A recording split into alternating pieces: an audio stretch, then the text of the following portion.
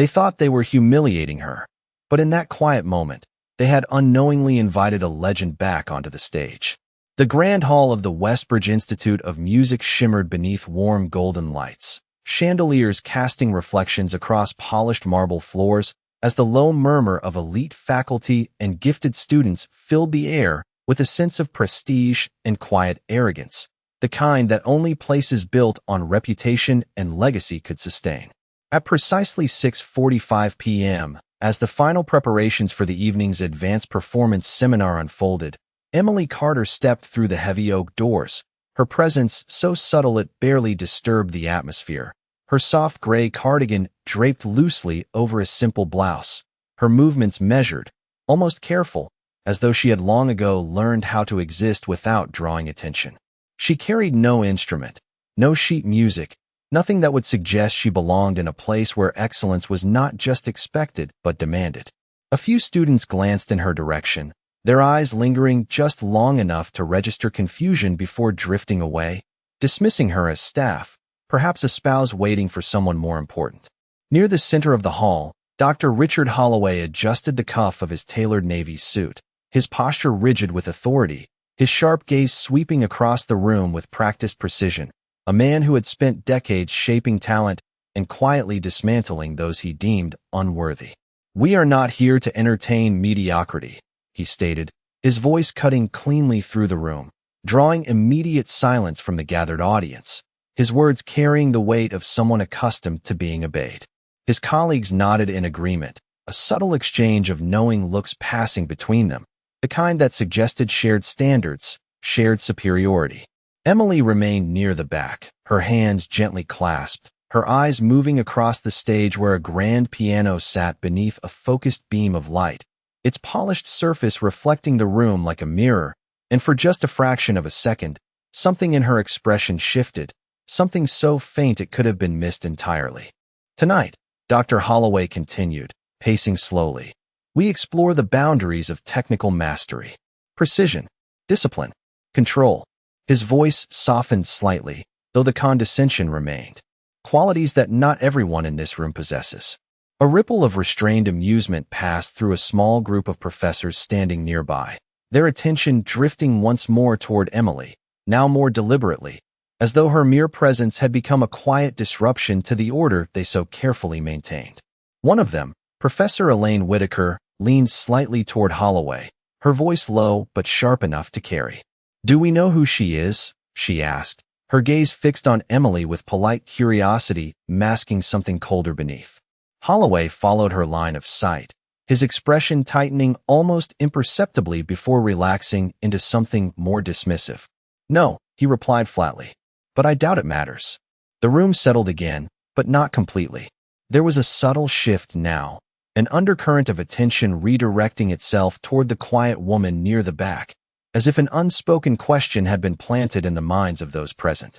Emily took a small step forward, not toward the stage, but simply to adjust her position, the soft sound of her shoes against the marble floor echoing just enough to draw a few more eyes. And in that moment, though no one could have explained why, the air in the hall seemed to tighten, like the faint pause before a storm that had not yet announced itself.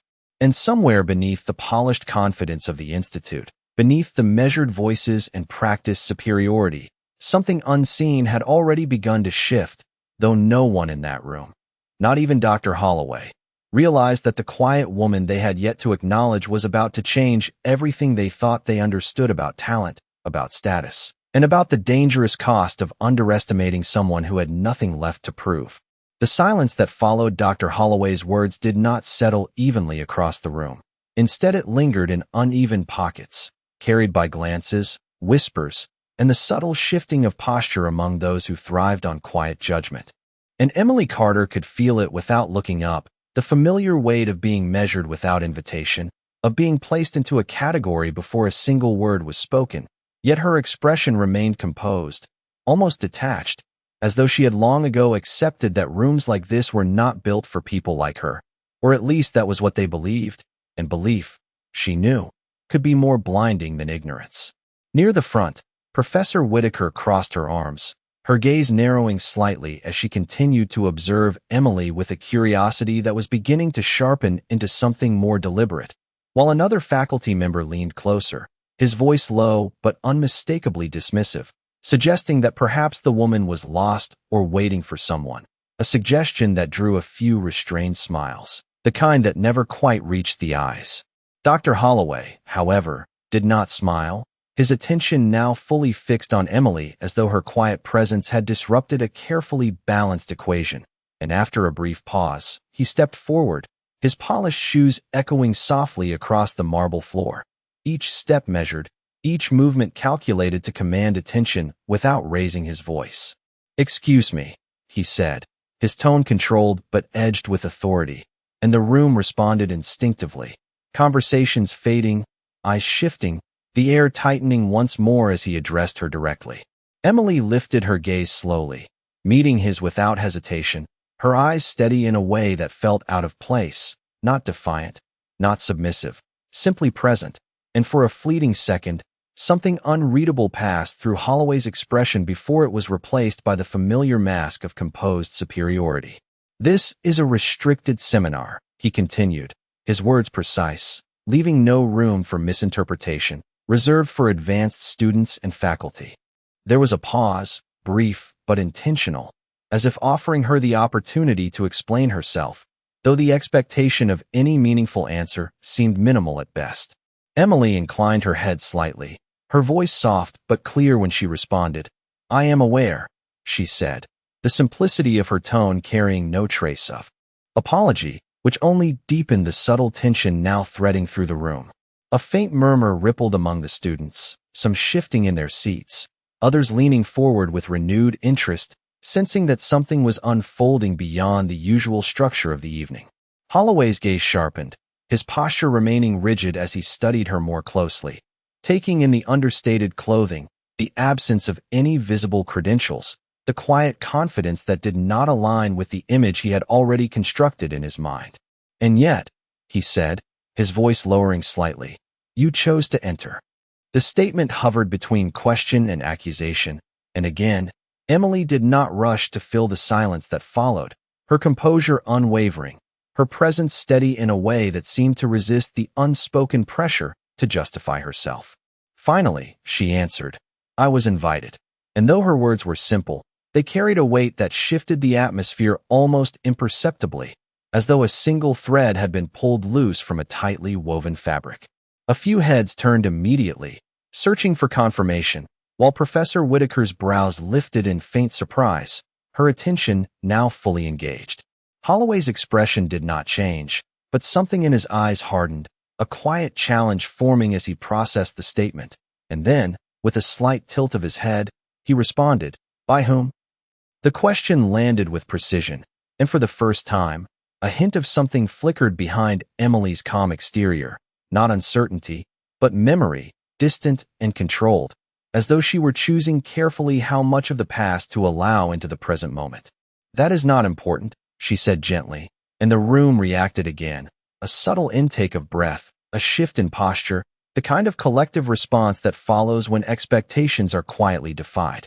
Holloway let out a soft, almost imperceptible exhale, his patience thinning just enough to reveal the edge beneath his composed demeanor, and with a glance toward his colleagues, he spoke again, this time with a trace of dry amusement woven into his tone.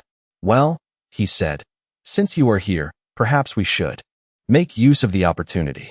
The words were light, almost casual, but the intention behind them was unmistakable, and as a few professors exchanged knowing looks, the atmosphere shifted once more, anticipation beginning to build in quiet waves. Somewhere in the back, a student adjusted their phone, angling it slightly, not yet recording but ready, as if instinctively sensing that what was about to happen would not be part of the evening's original program. Emily remained still, her hands resting lightly at her sides, her gaze calm, but beneath that calm, something had already begun to change, something the room had not yet recognized, and in the growing silence, the distance between her and the stage no longer felt like a boundary, but a path that had been waiting, patiently, to be crossed. Dr. Holloway's words lingered in the air with a calculated lightness that did not match the intention behind them, and the subtle shift in his posture made it clear to those who knew him well that what was about to unfold was no longer part of the evening's formal structure, but something far more deliberate, far more personal, a quiet test disguised as opportunity, and the faculty recognized it instantly, their expressions tightening with restrained anticipation as they leaned into the moment. Without openly acknowledging it. "Since you have been invited," Holloway continued, turning slightly toward the grand piano at center stage, his hand gesturing with polished precision, "perhaps you would care to demonstrate why." A faint ripple of amusement moved through the room, not loud enough to disrupt decorum, but unmistakable in its tone, and several students exchanged glances, their curiosity sharpening into expectation as the unspoken implications settled over them, that this quiet woman, this unexpected presence, was about to be placed in a position where she could only fail. Emily did not respond immediately, her gaze following the direction of his gesture, resting on the piano as though she were reacquainting herself with something both distant and familiar, and for a moment, the room seemed to hold its breath, waiting for hesitation, for refusal, for the natural retreat. That would restore the hierarchy everyone understood. Instead, she took a single step forward, slow and unhurried, the soft echo of her movement carrying farther than it should have in the charged silence. And though it was a small motion, it shifted something fundamental in the atmosphere, something that could not yet be named, but was already being felt. Professor Whitaker tilted her head slightly, her earlier curiosity now fully engaged, while another instructor let out a quiet exhale that bordered on impatience, as though eager to see the inevitable conclusion play out. Holloway watched closely, his expression controlled, but there was a new sharpness in his eyes now, a narrowing focus that suggested he was no longer simply dismissing her, but studying her, measuring her in real time against expectations that had already been set. "The piece," he said, his voice carrying clearly as he turned back toward the audience, "is one that even our advanced students approach with caution." He paused, allowing the statement to settle, to build its own weight. Rachmaninoff's Third Piano Concerto. The name alone was enough to draw a visible reaction, subtle shifts among the students, a few raised eyebrows, the quiet recognition of difficulty, complexity, the kind of piece that demanded not just technical skill, but endurance, discipline, and a level of mastery that few could claim. A faint smile touched the corner of Holloway's mouth, controlled and almost polite, but unmistakably edged with intent. "I trust that will not be an issue." The words were delivered smoothly, but the meaning beneath them was clear, and this time, the amusement in the room was less restrained, a few soft chuckles escaping despite the formal setting, the kind of laughter that assumed the outcome before it had even begun. Emily reached the edge of the stage and paused, her hand resting lightly against the polished wood of the piano bench, her fingers tracing its surface for the briefest moment. And in that stillness, something shifted again, something quieter, deeper, as though the distance between who she appeared to be and who she truly was had narrowed by a fraction. She did not look back at the audience, did not acknowledge the murmurs or the weight of expectation pressing in from every direction, but instead, she took her seat with a calm that felt almost deliberate, her movements measured, precise, entirely free of the hesitation they had anticipated. The room grew still again, the earlier amusement fading into something more focused, more uncertain, as the reality of the moment began to take shape. And though no one spoke, the question now hung unspoken between them all, not whether she would fail, but how quickly. Dr. Holloway stepped aside, folding his hands behind his back, positioning himself where he could observe both her and the audience, his expression composed but alert, the faintest tension now visible in the set of his jaw, as though he too sensed that something had shifted beyond his control. Emily placed her hands gently in her lap, her posture straight but relaxed, her breathing steady, and for a brief moment, she closed her eyes, not in uncertainty, but in quiet recognition, as if the noise of the room, the judgment, the expectation, all of it had already begun to fade into the background. And in that silence, deeper than anything that had come before, the space between the first note and what would follow stretched just long enough to make the entire hall feel like it was standing on the edge of something it did not yet understand. For a moment, nothing happened, and that nothing stretched longer than anyone in the room expected, long enough for a few students to exchange quiet glances, long enough for a faint, knowing smirk to return to the corner of Dr. Holloway's lips, as though the silence itself had confirmed everything he had already decided about her. But then Emily Carter lifted her hands, not abruptly, not hesitantly, but with a calm precision that seemed to belong to a different rhythm entirely, her fingers hovering above the keys as if reacquainting themselves with something deeply familiar rather than approaching something unknown.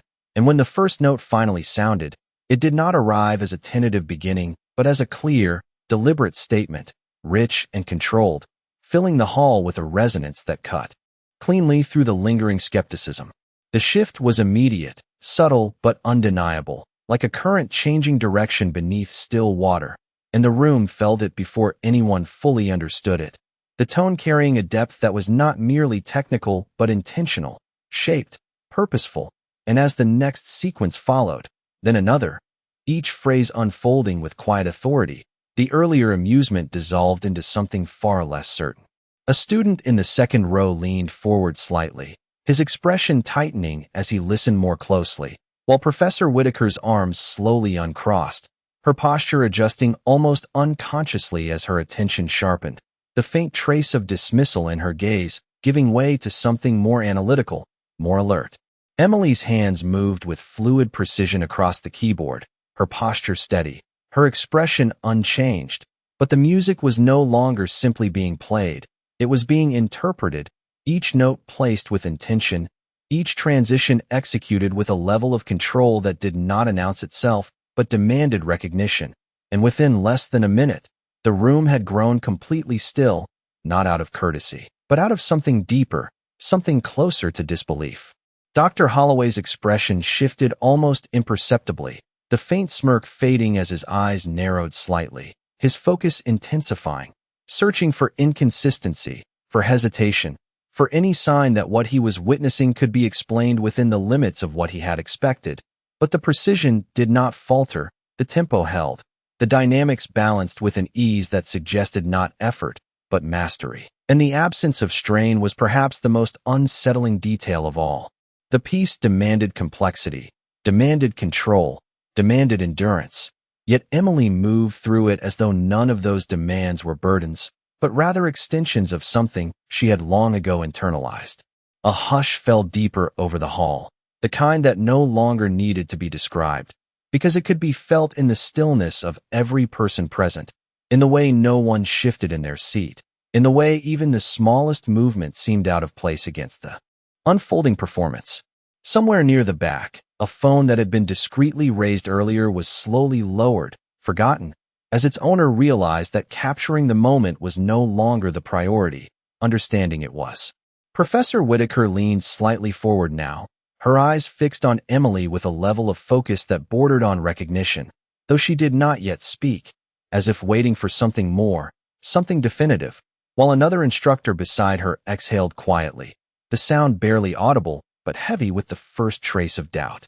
Emily's hands continued, unwavering, the transitions growing more intricate, the passages more demanding, yet the control remained absolute, and in that growing realization, something began to unravel within the room, not loudly, not dramatically, but steadily, as assumption gave way to uncertainty, and uncertainty to something far more unsettling, the possibility that they had misjudged not just her, but the very foundation of their judgment.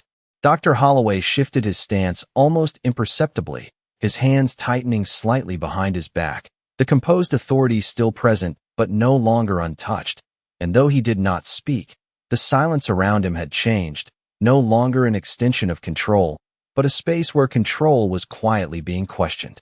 And as the music carried forward, precise, deliberate, undeniable, the line between expectation and reality began to blur, leaving behind a single, growing truth that no one in that hall was yet ready to fully acknowledge.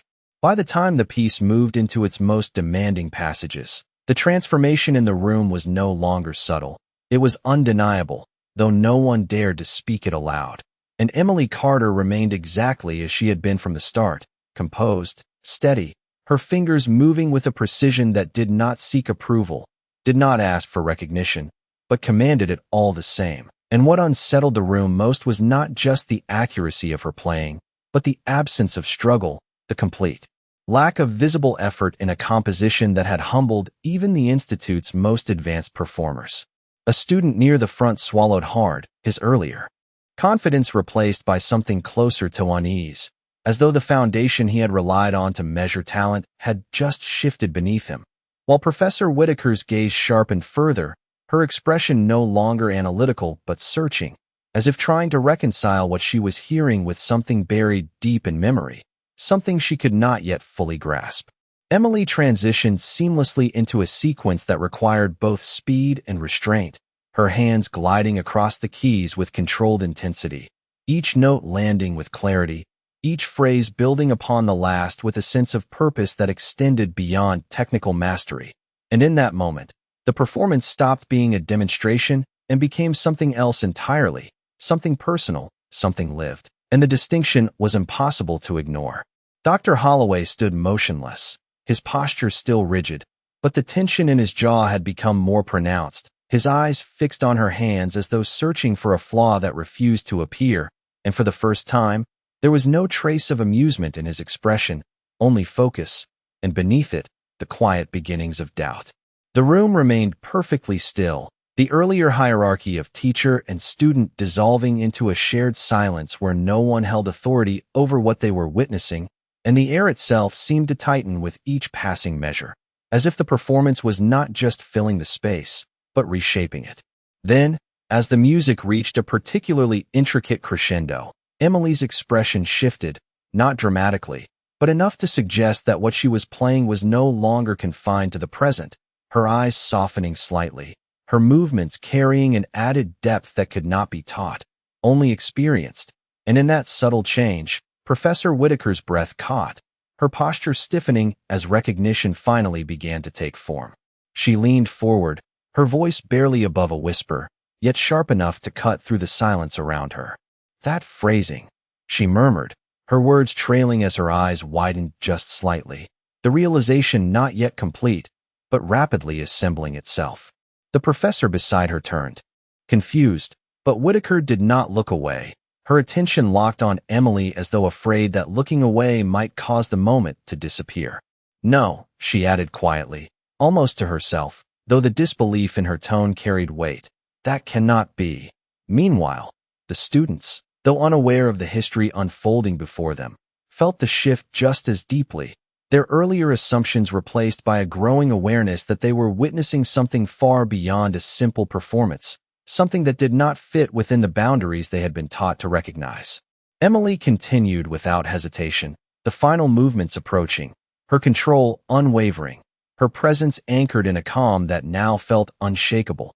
And as the last sequence began to take shape, the room seemed to lean into it collectively, every breath held, every movement suspended, as though the outcome of those final notes carried more than just musical resolution. Dr. Holloway shifted slightly, almost imperceptibly, his confidence no longer intact, replaced by a silence that spoke louder than any reaction, and in that silence, something had already been decided, though no one had yet found the words to say it. And as Emily's hands moved toward the final passage, precise and unrelenting, the truth that had been quietly building from the very first note now stood at the edge of revelation, waiting only for the last sound to fall before it could no longer be denied. The final passage arrived not with hesitation, but with a quiet inevitability, as if every note that had come before had been leading to this exact moment. And Emily Carter did not slow, did not falter, her hands moving with unwavering clarity across the keys as the composition reached its most demanding resolution, the kind that separated performers from masters. And yet there was no visible strain in her posture, no tightening in her shoulders, only a calm precision that felt almost detached from effort itself. The last sequence unfolded with exacting control, each chord landing with purpose, each transition shaped with a confidence that left no room for doubt. And when the final note finally rang out, it did not simply end. It settled, lingering in the air just long enough to leave a weight behind it, a presence that filled the hall even after the sound itself had faded. And then, there was nothing. The silence that followed was absolute, not the polite quiet of an audience waiting for permission to react, but a stillness so complete it felt as though the entire room had been suspended in time, every person caught between what they had expected and what they had just witnessed. No one moved. No one spoke. Even the faint ambient sounds of the building seemed to have withdrawn, leaving only the echo of that final note hanging in memory. Emily lowered her hands slowly, resting them in her lap, her expression unchanged, her breathing steady, as if what she had just done required no acknowledgement, no validation, as if the performance itself had already said everything that needed to be said. In the front row, a student blinked as though waking from a trance, his earlier skepticism replaced by something far less certain, while another shifted in their seat, the small movement sounding louder than it should have in the overwhelming quiet. Professor Whitaker remained completely still, her eyes fixed on Emily, but now there was no confusion in her expression, no hesitation, only recognition, clear and undeniable, the kind that arrives too late to prevent what has already happened. "It is her," she said finally, her voice barely above a whisper, yet the words carried through the silence with startling clarity, drawing the attention of those closest to her, and then outward, like a ripple spreading across still water. "Emily Carter," she continued, the name landing differently now, heavier, charged with meaning that only a few in the room were beginning to understand. "The prodigy who vanished." The words settled into the air, and for a moment, no one reacted, not because they had not heard, but because they were processing what it meant, the realization moving slowly through the room, connecting fragments that had not seemed important before, her composure, her presence, the absence of hesitation, all of it rearranging itself into something entirely different. A murmur began to rise, soft at first, then building as more people grasped the implication. The quiet woman who had stood unnoticed at the back was no longer invisible, no longer an outsider, but something far more significant, something that challenged not only their assumptions, but their understanding of the very hierarchy they had relied on. Dr. Holloway did not speak. He stood exactly where he had been, his hands still behind his back, but the authority that had defined him earlier now felt diminished, not through confrontation, but through silence, the kind of silence that follows when certainty is replaced by undeniable truth. His gaze remained fixed on Emily, but there was no longer any trace of dismissal, only a measured stillness that suggested something far more complex, something closer to realization than resistance.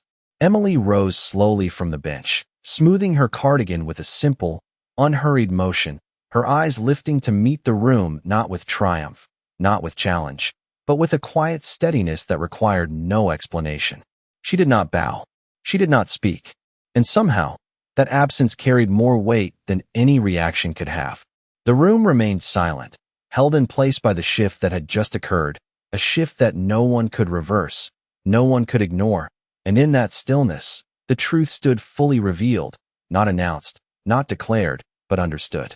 And though no one had planned for this moment, though no one had expected it, it had arrived all the same, leaving behind a single, undeniable question that lingered in the air long after the music had ended, not about who she was, but about how they had failed to see it. The silence did not break all at once. It fractured slowly, unevenly, as though the room itself was struggling to adjust to a reality it had not prepared for, and the first sound that dared to surface was not applause, not praise, but a quiet, uncertain shift of movement, a chair creaking softly, a breath released too loudly in the stillness, and then another, until the collective awareness of what had just occurred began to settle into something undeniable. Professor Whitaker was the first to rise, her movement deliberate, almost reverent, her eyes never leaving Emily Carter as she stood, and in that simple act, something changed again, because it was not admiration alone that guided her, but acknowledgement, the kind that comes too late, but still carries weight. "You left," she said, her voice steady now, no longer questioning, but confirming, each word placed carefully as if stepping through memory itself. 10 years ago, just before the international circuit. A ripple of recognition spread more quickly this time. The name no longer just a whisper but a presence, connecting with fragments of stories, articles, performances that some had heard of but never fully understood. The prodigy who had disappeared without explanation, leaving behind a reputation that had only grown in absence. Emily met her gaze calmly, offering no immediate response, and that silence spoke more than denial ever could, confirming what Whitaker had already realized, what the room was now beginning to accept. "You were supposed to be," Whitaker paused, the word catching for a moment before she finished, "unmatched." The statement lingered, not as flattery, but as fact, and it shifted the atmosphere further, stripping away the last remnants of earlier judgment, replacing it with something far more complex, something closer to humility, though not yet fully formed. Dr. Holloway remained still, but now his stillness carried a different meaning, no longer the controlled authority of a man certain of his position, but the quiet restraint of someone recalculating everything he thought he understood, his eyes fixed on Emily not with skepticism, but with a level of focus that bordered on respect, though he had not yet allowed himself to fully acknowledge it. Why? The question came from somewhere within the faculty, not sharp, not accusatory, but genuine, cutting through the layered silence with unexpected simplicity, and for a moment, it seemed to echo in the space between them all, not just a question of her absence, but of everything that had led to this moment. Emily's gaze softened slightly, not with emotion that sought attention, but with the quiet presence of someone who had already answered that question long before it was asked, and when she finally spoke, her voice was calm, measured, carrying easily through the room without needing to rise. "Because I did not belong here anymore," she said, and the words settled heavily, not as rejection of the place itself, but of something deeper, something unspoken that the room could feel but not yet fully define. A few students exchanged uncertain glances, trying to understand, while others remained completely still, sensing that the answer was not as simple as it sounded. Whitaker studied her closely, as if searching for more, but Emily did not elaborate, and somehow, that restraint made the statement feel complete. Dr. Holloway took a single step forward then, the movement subtle but significant, drawing attention without demanding it, and for the first time since the evening had begun, he spoke without the edge that had defined his earlier tone. "And yet," he said slowly, his voice quieter now, more deliberate, "you came back." It was not a challenge, not a test, but an observation, one that carried its own weight, and the room leaned into it, waiting, not for performance, but for understanding. Emily held his gaze for a moment, her expression unchanged, and then she answered. "No," she said gently. "I never left what mattered." The response did not raise her voice, did not seek to impress, but it landed with a clarity that shifted something fundamental, reframing everything that had come before, and in that moment, the room understood, not completely, not perfectly, but enough to recognize that what they had witnessed was never about proving anything to them, never about reclaiming a place or a title, but something far quieter, far more personal. The weight of that realization settled in the silence that followed, deeper than any reaction could have been, and for the first time that evening, no one felt the need to fill it, because in that stillness, the lesson had already begun to take shape, not spoken, not declared, but impossible to ignore. The silence that followed her words did not feel empty. It felt full, as though something invisible had settled over the room, something heavier than authority, deeper than reputation, and for the first time that evening, no one seemed certain how to respond, because what Emily Carter had revealed was not simply skill, it was perspective, and perspective had a way of quietly dismantling everything built on assumption. A student near the center shifted in his seat, his earlier confidence replaced by a quiet discomfort he could not fully explain, while another lowered their gaze, as if suddenly aware of how quickly they had judged someone they did not understand, and across the room, the subtle hierarchy that had once defined every interaction now felt fragile, almost artificial, as though it had been held together by nothing more than shared belief. Professor Whitaker remained standing, her expression thoughtful now, no longer searching for answers but processing them, her earlier certainty replaced by something far more measured, and after a brief pause, she inclined her head slightly, not in admiration alone, but in acknowledgement, a gesture that carried far more weight than any applause could have. "We were wrong," she said quietly, the words simple but unmistakable, and though she did not raise her voice, they traveled through the room with clarity, landing where they needed to, not as accusation, but as truth. A few faculty members shifted uncomfortably, their earlier composure giving way to something less certain, while others remained still, unwilling to interrupt the moment, perhaps recognizing that nothing they could say would carry more weight than what had already been revealed. Dr. Holloway exhaled slowly, the sound almost imperceptible, yet in the silence, it carried significance, and when he finally moved, it was not with the sharp precision that had defined him earlier, but with a restraint that suggested careful consideration, his posture still composed, but no longer untouched by what had unfolded. "Mrs. Carter," he said, his voice steady, though noticeably softer than before, the formality of the address marking a subtle shift, an acknowledgement that had not existed when the evening began, and for a brief moment, he paused, as though choosing his words with more care than he was accustomed to. "It appears," he continued, "that we underestimated you." The statement hung in the air, not defensive, not dismissive, but incomplete, as though even he recognized that it did not fully capture the extent of what had occurred. Emily met his gaze without hesitation, her expression calm, unchanged, and when she spoke, her voice carried the same quiet steadiness that had defined her from the beginning.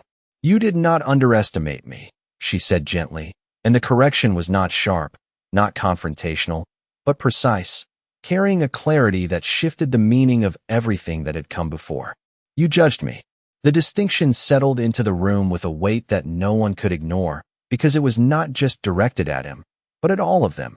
And in that moment, there was no room for deflection, no space to hide behind titles or experience, only the quiet recognition of a truth that had been present from the start. A hush fell again, deeper this time, not driven by anticipation, but by understanding, and even those who had not spoken felt its impact, the realization moving through the room in waves, connecting small moments, overlooked details, the way they had looked at her, spoken about her, dismissed her without question. Dr. Holloway held her gaze for a moment longer, and though he did not respond immediately, something in his expression shifted, not dramatically, but enough to suggest that the words had landed exactly where they needed to, challenging not just his perception of her, but his understanding of the standards he believed he upheld. Around them, the room remained still, no longer waiting for performance, no longer expecting anything to be proven, because what mattered had already been revealed, and it could not be undone.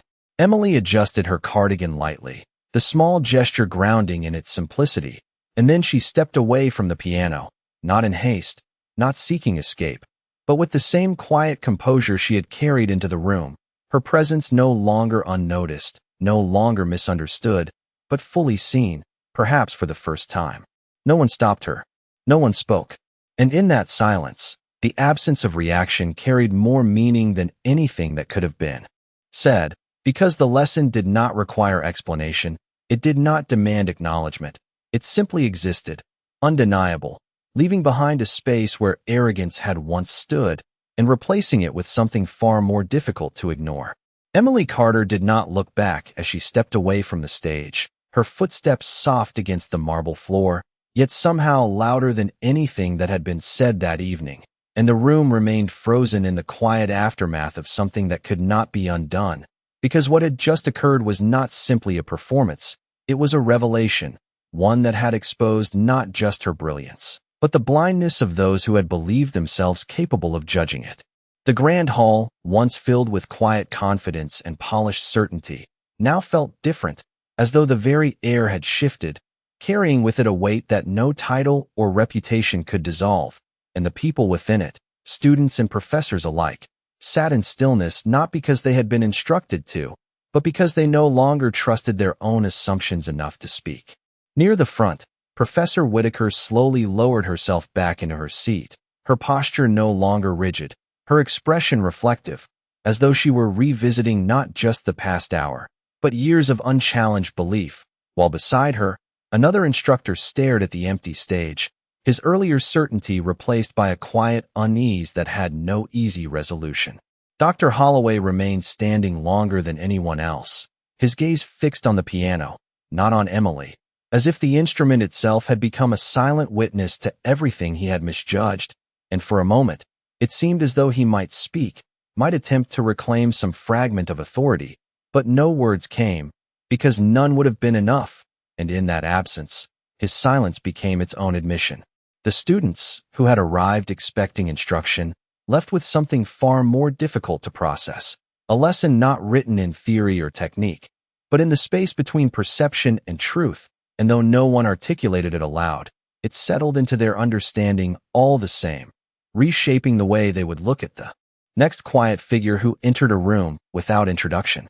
At the far end of the hall, the doors opened softly as Emily reached them, the faint sound echoing just enough to draw a few lingering glances, and for a brief moment, she paused, not turning back, not seeking acknowledgement, but simply standing there as though measuring something only she could see.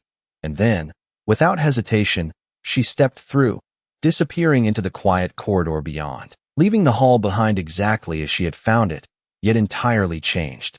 No applause followed her, no grand recognition, no attempt to call her back, and somehow, that absence carried more meaning than any ovation could have, because what she had given them was not meant to be celebrated in the moment, but remembered in the silence that followed.